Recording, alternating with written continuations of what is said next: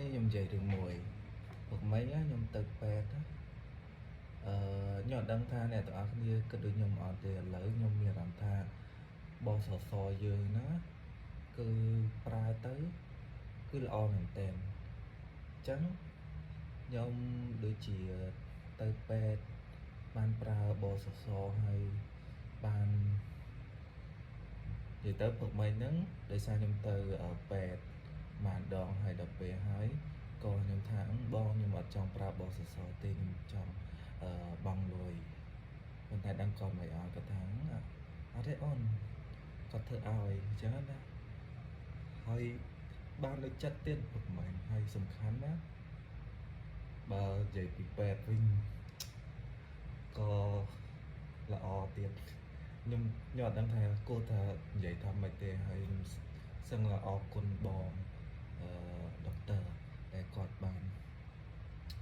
ជួយខ្ញុំដែរបាទហើយរស់រាយរាក់ទាក់ទាំងពេទ្យហើយទាំងអ្នកដែលគាត់កាន់ខាងបសសហ្នឹងគឺគាត់ជួយខ្ញុំដល់បើគិតទៅគិតថាខ្ញុំរៀនកោគាត់ដែរដោយសារខ្ញុំមានបញ្ហាខ្ញុំទៅជួបថ្ងៃមុនអត់ជួបដល់ពេលហើយក៏ខ្ញុំបានដាក់กระดาษបសសនឹងទេតែខ្ញុំក៏ត្រឡប់មកធ្វើការវិញចឹងដល់ពេលអញ្ចឹងខ្ញុំអត់ក៏ទៅម្ដងទៀតប៉ុន្តែខ្ញុំថាទៅបងលុយទេអញ្ចឹងមានថាគាត់បានជួយបានច្រើនហើយ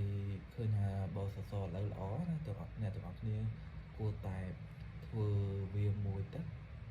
ខ្ញុំដឹងថាបសសហ្នឹងគេអាចធ្វើចំពោះអ្នកណាទេប៉ុន្តែឃើញថាលោកគ្រូពេទ្យអ្នកគ្រូពេទ្យគាត់បានយកចិត្តទុកដាក់ច្រើនមិនដូចពីមុនទេចានេះជាការយកឃើញរបស់ខ្ញុំតើទៅនឹងការប្រើបានសមត្ថភាពបសសនៅទីពេទ្យរដ្ឋយើងមួយចំនួន